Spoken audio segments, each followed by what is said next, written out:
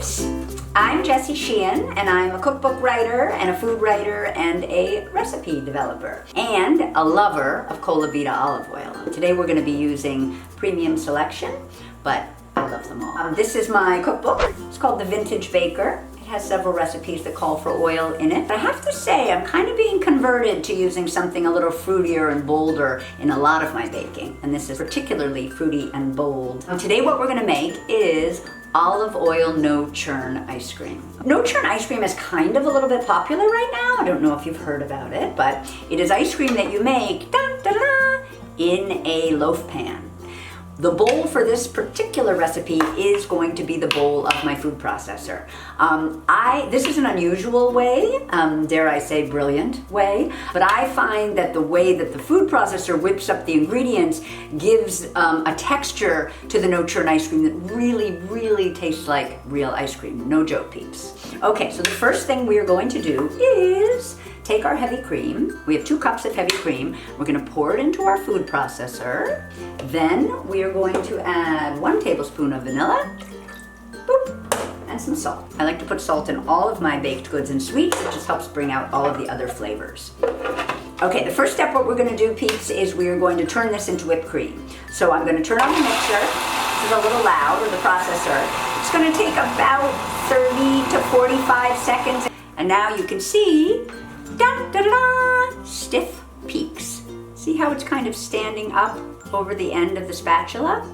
Then add our sweetened condensed milk. Yum.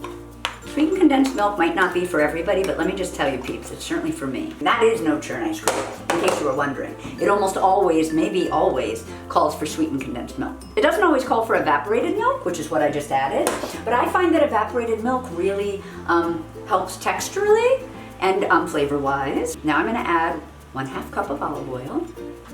Look how beautiful the olive oil is. Now we're just doing this just long enough to combine all the ingredients. You don't have to go crazy. And there you go. You can see how luscious it looks. I love that kind of yellowy color, which is the color from the olive oil. It just looks so beautiful.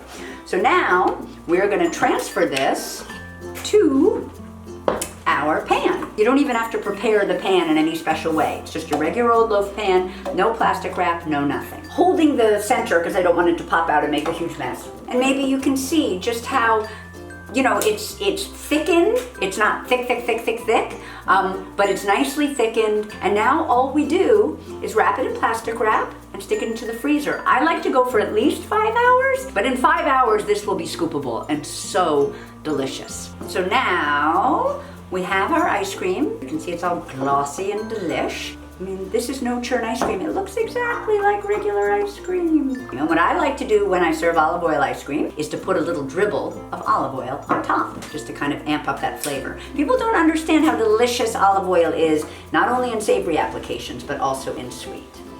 So get ready for this. It's very pretty. Oh my gosh, heavenly. I'm doing a little extra because I love it. You know what else would be lovely? I know this sounds crazy, but a little sprinkling of some Malden sea salt would also be lovely. Flaky sea salt.